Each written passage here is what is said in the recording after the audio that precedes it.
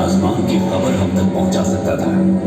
और इसी कड़ी में भारत की अंतरिक्ष एजेंसी भारतीय अंतरिक्ष अनुसंधान संगठन यानी इसरो 15 अगस्त 1969 को हकीकत के धरातल पर उतरी। जितना रोचक इसकी स्थापना का प्रसंग है, उतना ही इसकी शुरुआत की कहानी दिलचस्प है। इन तस्वीरों को देखिए। प्रक्षेपण के लिए तब छोटे रॉकेट के कलपुर्जे बैलगाड़ी और साइकिल तक से ढोए गए थे।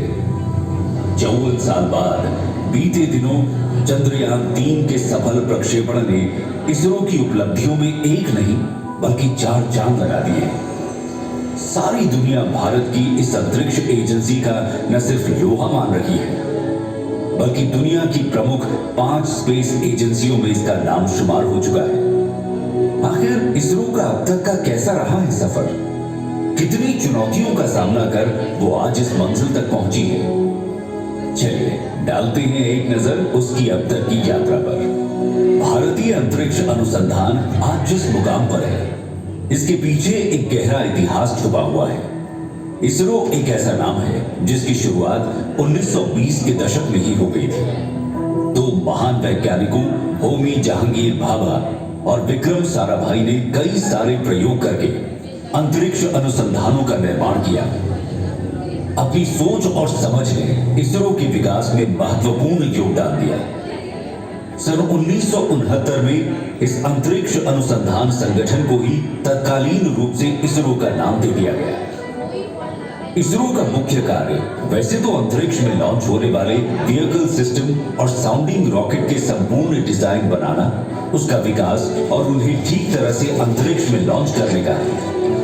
लेकिन इसरो समय समय पर संचार उपग्रहों को भी डिजाइन कर उन्हें अंतरिक्ष में भेजता रहा है। यदि आज के समय तक इसरो की कामयाबी के बारे में बात की जाए तो इसरो द्वारा सैकड़ों की संख्या में सैटेलाइट अंतरिक्ष की ओर लॉन्च किए गए हैं। इसरो ने केवल भारत के लिए ही यान लॉन्च नहीं किए, बल्कि इनमें से अधिकतर यान विदेशों के लिए लॉन्च किए गए। भारत के विकास में महत्वपूर्ण योगदान देने वाले इसरो ने अब तक पूरे भारत में अपने 20 महत्वपूर्ण सेंटर स्थापित किए हैं।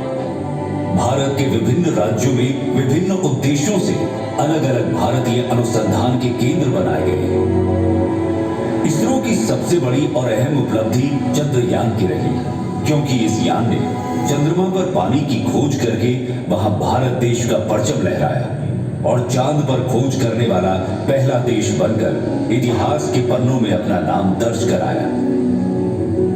10 साल की कड़ी मेहनत के बाद इसरो ने फिर से चंद्रयान 2 का निर्माण किया। चांद की यात्रा करने के बाद इसरो ने मंगल की यात्रा साल 2013 में की, जिसे मिशन मंगल का नाम दिया गया। 2017 में भी एक ऐतिहासिक क्षण तब आया जब इसरो ने फरवरी महीने में एक ही मिशन पर 104 उपग्रहों को सफलतापूर्वक लॉन्च कर कीर्तिमान रच दिया था। फिर 2019 में इसरो ने दूसरा मून मिशन चंद्रयान भेजा और आखिरकार 23 अगस्त 2023 को चांद पर कदम रख नया इतिहास रच डाला।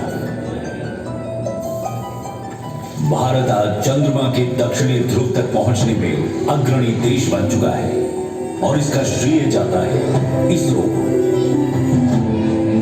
इसके बावजूद इसरो के विभिन्न अंतरिक्ष मिशनों, उपग्रह प्रक्षेपणों और अनुसंधान परियोजनाओं पर काम थमे नहीं।